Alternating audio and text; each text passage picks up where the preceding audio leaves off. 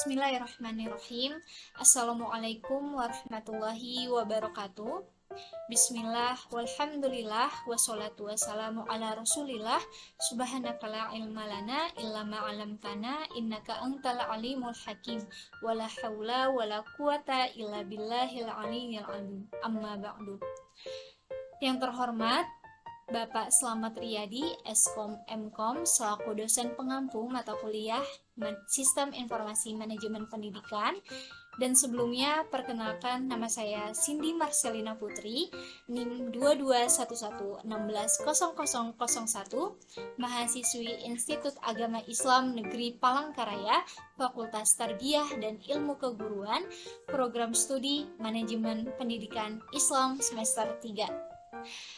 Oke, sebelumnya di sini saya akan membahas mengenai poin-poin terkait sistem informasi manajemen pendidikan. Dan hal pertama yang akan saya bahas di sini adalah apa itu sistem informasi manajemen. Sistem merupakan suatu pengorganisasian yang saling berkaitan, saling bergantung satu sama lain pada suatu komponen. Secara prinsipnya, sistem ini terbagi menjadi dua kelompok. Ada sistem terbuka dan juga sistem tertutup. Sistem terbuka merupakan sistem yang berhubungan langsung dengan lingkungannya melalui arus sumber daya. Kemudian sistem tertutup merupakan sistem yang tidak berinteraksi secara langsung dengan lingkungannya melalui arus sumber daya. Kemudian elemen-elemen dalam sistem berbasis komputer yang dapat digunakan untuk mencapai tujuan, yakni ada software, perangkat lunak, hardware, perangkat keras, sistem basis data, kemudian ada dokumentasi dan juga prosedur. Oke, selanjutnya apa sih itu data dan informasi? Jadi data merupakan suatu fakta mentah, dapat berupa angka, huruf, atau karakter khusus yang sedikit memiliki arti. Maka data ini perlu untuk diolah atau diproses lebih lanjut agar menjadi suatu yang lebih bermanfaat.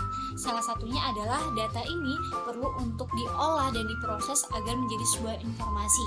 Nah, pengolahan ini disebut dengan data processing life cycle atau siklus pengolahan data. Dan informasi sendiri itu merupakan data yang sudah diolah, yang sudah dibentuk menjadi suatu yang lebih bermanfaat dan lebih berguna bagi penerimanya. Mengenai siklus informasi, jadi data yang belum diolah itu akan disimpan dalam basis data.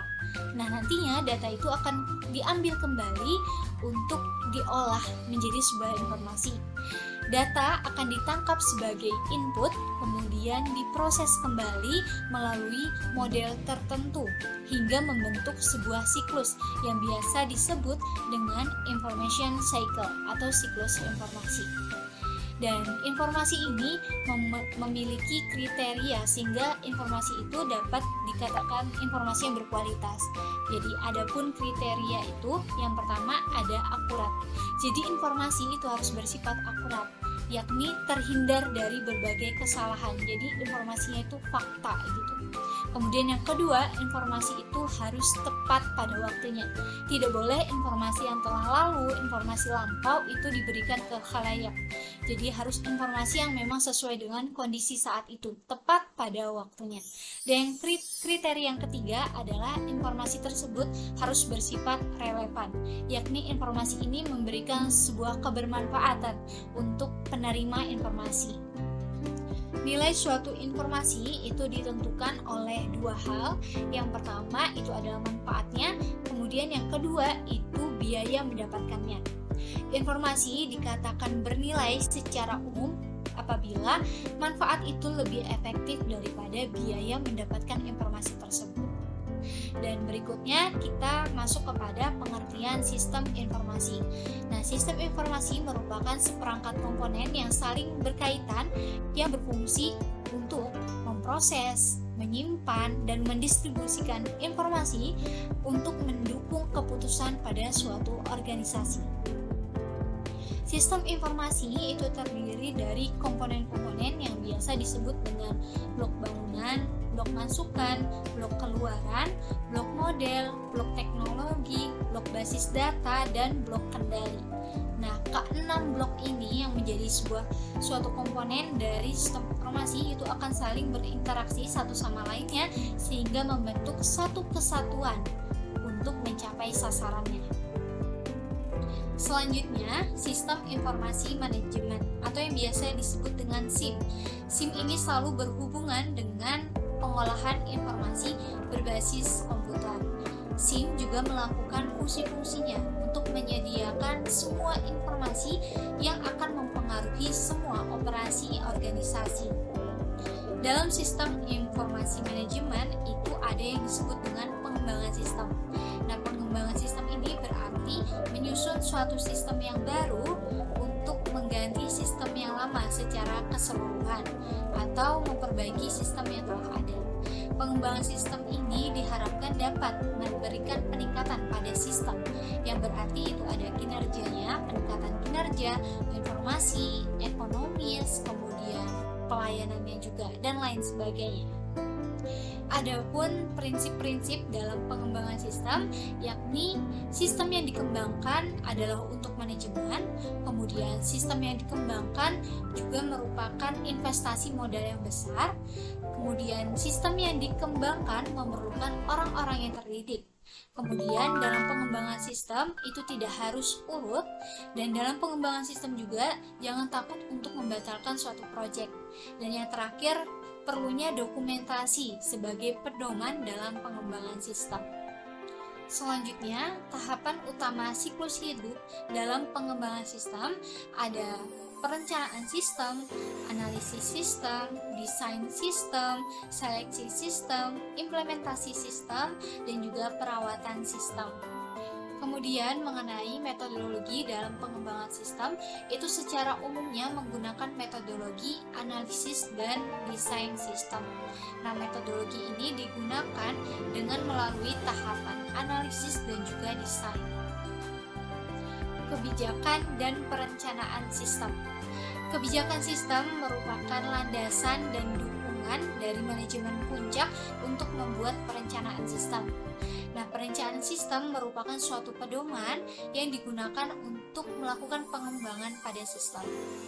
Pada analisis sistem sendiri itu dilakukan setelah tahap perencanaan sistem dan sebelum tahap desain sistem.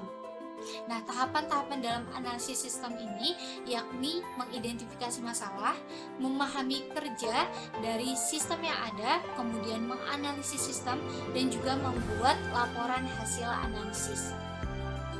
Pada tahap desain sistem ini dilakukan setelah tahap analisis sistem itu selesai dilakukan dan juga disetujui oleh manajemen. Tujuan dari desain sistem ini sendiri adalah untuk memberikan gambaran secara umum dan rinci kepada pengguna mengenai sistem yang baru.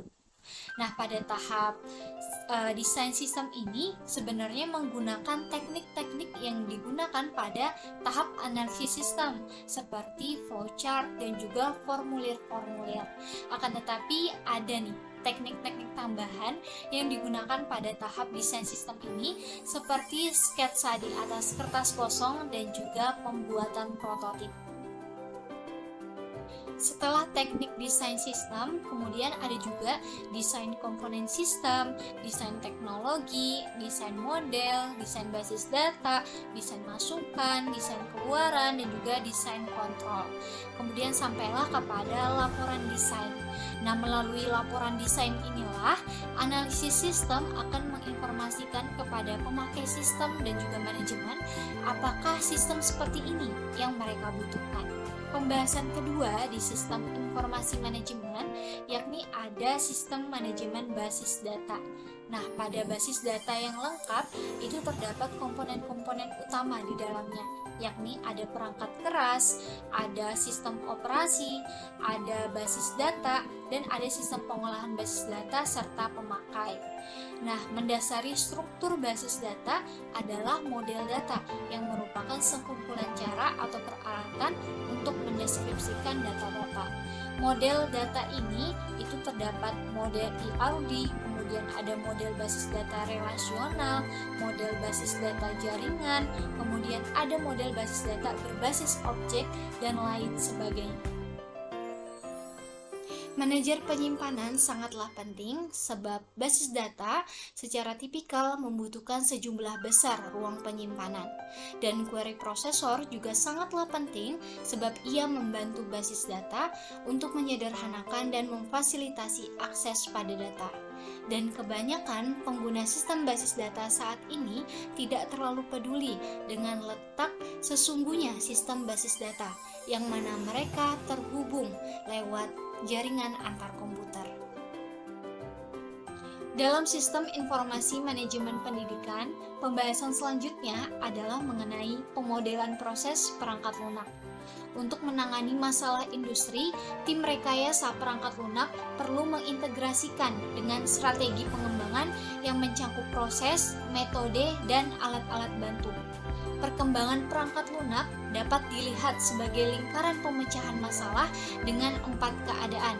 Yang pertama, status quo, yang kedua, definisi masalah, yang ketiga, perkembangan teknis memecahkan masalah dalam aplikasi, dan yang keempat, integrasi pemecahan memberikan hasil kepada pihak yang membutuhkan. Dalam pemodelan proses perangkat lunak, yang pertama ada model sekuensial linear. Sekuensial linear merupakan pendekatan perkembangan perangkat lunak yang sistematik dimulai dari sistem hingga melibatkan seluruh analisis, desain, kode, kemudian pengujian dan pemeliharaan. Model ini meniru siklus rekayasa konvensional yang melibatkan aktivitas-aktivitas berikut. Yang pertama, rekayasa dan pemodelan sistem atau informasi. Yang kedua, analisis kebutuhan perangkat lunak. Yang ketiga, desain. Yang keempat, generasi. Yang kelima, pengujian. Yang keenam, pemeliharaan. Model selanjutnya adalah model prototip. Paradigma prototyping dimulai dengan pengumpulan kebutuhan, di mana pengembang dan pelanggan bertemu, mendefinisikan objektif perangkat lunak, dan mengidentifikasi kebutuhan yang diketahui, serta melakukan perancangan kilat untuk area garis besar yang membutuhkan definisi lebih lanjut. Dan idealnya prototip ini digunakan untuk membantu mengidentifikasi kebutuhan perangkat lunak. Selanjutnya adalah pemodelan bisnis, yang merupakan aliran informasi antar fungsi bisnis yang dimodelkan untuk menjawab pertanyaan-pertanyaan yang mengendalikan proses bisnis. Informasi yang muncul, siapa yang memunculkannya, kemudian informasi itu pergi kemana, dan siapa yang memprosesnya. Selanjutnya adalah pemodelan data. Nah, aliran informasi yang ada di model bisnis tadi itu disaring sehingga menjadi serangkaian objek data, dan atribut pada masing-masing objek itu menjadi karakteristik mereka, dan objek-objek data ini akan saling berhubungan dengan data-data yang telah ditentukan. Selanjutnya adalah pembentukan aplikasi. Jadi selain menggunakan bahasa pemrograman generasi ketiga, Rapid Application Development juga banyak memanfaatkan pekerjaan untuk mendaur ulang komponen program yang ada atau membentuk komponen yang dapat digunakan kembali. Dan dalam semua kasus, alat bantu otomatis itu digunakan untuk mempermudah konstruksi perangkat lunak. Selanjutnya adalah pengujian. Proses Rapid Application Development itu menekankan pemakaian kembali yang mengakibatkan banyak komponen program ini telah diuji sebelumnya dan dapat mengurangi waktu pengujian secara keseluruhan. Meskipun demikian, komponen baru dan semua interface itu tetap perlu diuji dan dilatih secara menyeluruh. Selanjutnya adalah model evolusioner. Model evolusioner merupakan model iteratif yang memungkinkan adanya perekayasa perangkat lunak, mengembangkan versi perangkat lunak dengan lebih lengkap secara bertahap. Selanjutnya adalah model pertambahan. Model pertambahan ini menggunakan urutan linear yang membingungkan dan seiring dengan laju waktu kalender. Setiap urutan linear ini itu akan menghasilkan pertambahan, yaitu perangkat lunak yang dapat disampaikan. Perkembangan pertambahan, terutama dalam hal stuffing, ini tidak dapat dilakukan atau diimplementasi secara lengkap karena atau dalam batas waktu bisnis yang telah disepakati untuk proyek tersebut. Selanjutnya itu adalah model spiral, yang awalnya model ini diusulkan merupakan sebuah model proses perangkat lunak evolusioner yang menggabungkan antara sifat. Selanjutnya adalah model perkembangan konkuren. Nah, model proses konkuren ini dapat disajikan sebagai serangkaian aktivitas teknis mayor, tugas, dan keadaan lain secara skematis. Seringkali digunakan dalam paradigma perkembangan aplikasi klien atau server. Model proses konkuren ini dapat diterapkan di berbagai jenis perkembangan perangkat lunak dan memberikan gambaran akurat tentang keadaan proyek tertentu. Selanjutnya adalah model formal. Model metode formal ini melibatkan aktivitas menuju spesifikasi matematis perangkat lunak komputer yang memungkinkan perekayasa untuk mengkhususkan, mengembangkan, dan juga memverifikasi sistem berbasis komputer dengan notasi matematis yang tepat. Selanjutnya adalah teknologi proses. Model proses yang telah dibahas sebelumnya itu harus disesuaikan terlebih dahulu sebelum digunakan oleh tim proyek perangkat lunak. Untuk ini, alat bantu teknologi perlu untuk dikembangkan untuk membantu organisasi mengorganisir tugas, memonitor dan mengontrol kemajuan, serta membantu untuk mengatur kualitas teknis. Dan yang terakhir adalah produk dan proses. Proses yang lemah akan menghasilkan hasil yang buruk, tetapi ketergantungan obsesif pada proses juga beresiko.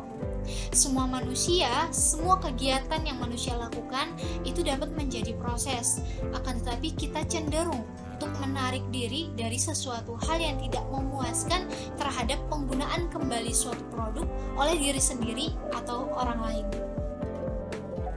Pembahasan selanjutnya di sistem informasi manajemen pendidikan adalah mengenai analisis dan desain sistem informasi akademik di perguruan tinggi. Bagian ini akan membahas mengenai analisis dan desain sistem informasi akademik yang terbatas pada proses perkuliahan dan teknik pengembangan aplikasinya menggunakan model Rapid Application Development. Pada tahap ini akan menjabarkan analisis sistem yang meliputi kebutuhan sistem dan spesifikasi sistem yang baru. Beberapa kebutuhan sistem ini perlu diakomodir terlebih dahulu sebelum melakukan pengembangan sistem yang mencakup akses multi-user, keterlibatan entitas seperti mahasiswa dan staf, kemudian adanya akses internet, dan juga biaya pengembangan yang terjangkau, dan lain sebagainya.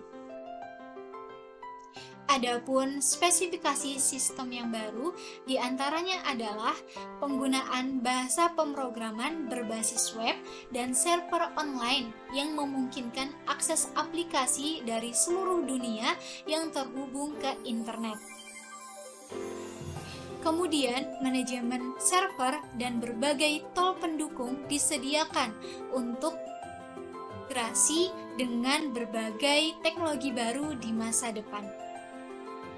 Lalu adanya desain sistem yang bertujuan untuk memudahkan pemahaman struktur sistem informasi yang termasuk di dalamnya adalah desain komunikasi data, sisi bisnis, data, proses, dan juga aliran informasi.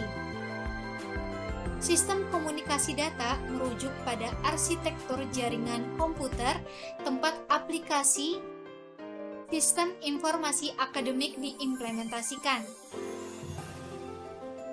Selanjutnya adalah pemodelan bisnis. Pemodelan bisnis ini digunakan untuk menjelaskan hubungan antar entitas dunia nyata dalam aplikasi sistem informasi akademik dalam perspektif bisnis. Lalu adanya pemodelan data yang digunakan untuk menjelaskan struktur database yang akan dibuat untuk aplikasi sistem informasi akademik. Selanjutnya adalah desain masukan.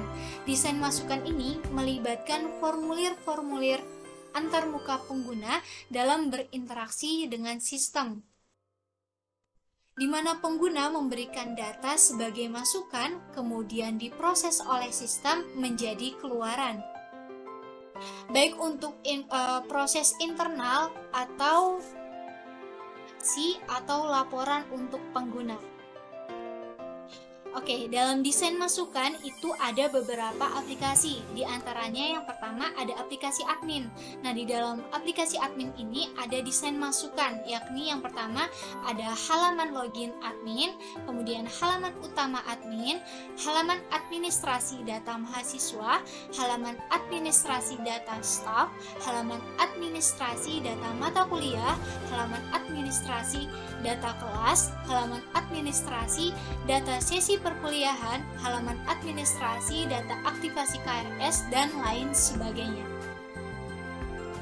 Selanjutnya, dalam desain masukan ada aplikasi mahasiswa yang di dalamnya ada halaman login mahasiswa, halaman aktivasi mahasiswa, halaman utama mahasiswa, kemudian ada halaman KRS, dan yang terakhir ada halaman ganti password. Dan dalam desain masukan juga ada aplikasi staf. Nah, aplikasi staf ini digunakan untuk berbagai aktivitas dalam administrasi data yang dibutuhkan oleh para staf. Nah, dalam aplikasi staf ini ada halaman login staf, ada halaman aktivasi staf, ada halaman utama staf, ada halaman untuk mendata nilai, kemudian halaman ganti password. Sebelumnya sudah membahas desain masukan, dan sekarang yang terakhir adalah desain keluaran yang mencangkup tampilan hasil keluaran yang dihasilkan oleh sistem. Di dalam desain keluaran itu yang pertama ada aplikasi admin yang di dalamnya adalah halaman rekap data mahasiswa. Selanjutnya ada aplikasi mahasiswa yang desain keluaran di dalamnya itu ada halaman KRS, halaman jadwal mata kuliah, kemudian halaman nilai, halaman KHS, dan halaman transkrip. Dan yang terakhir itu ada aplikasi staf yang di dalamnya itu ada halaman jadwal mengajar dan halaman peserta kuliah. Alhamdulillahirobbilalamin, itulah yang mampu saya sampaikan. Semoga apa yang saya sampaikan dapat dimengerti dan dipahami, dan saya mohon maaf apabila masih banyak kesalahan dan kekurangan dari apa yang saya sampaikan. Sekian dari saya, wabillahi taufiq wal hidayah. Wassalamualaikum warahmatullahi wabarakatuh.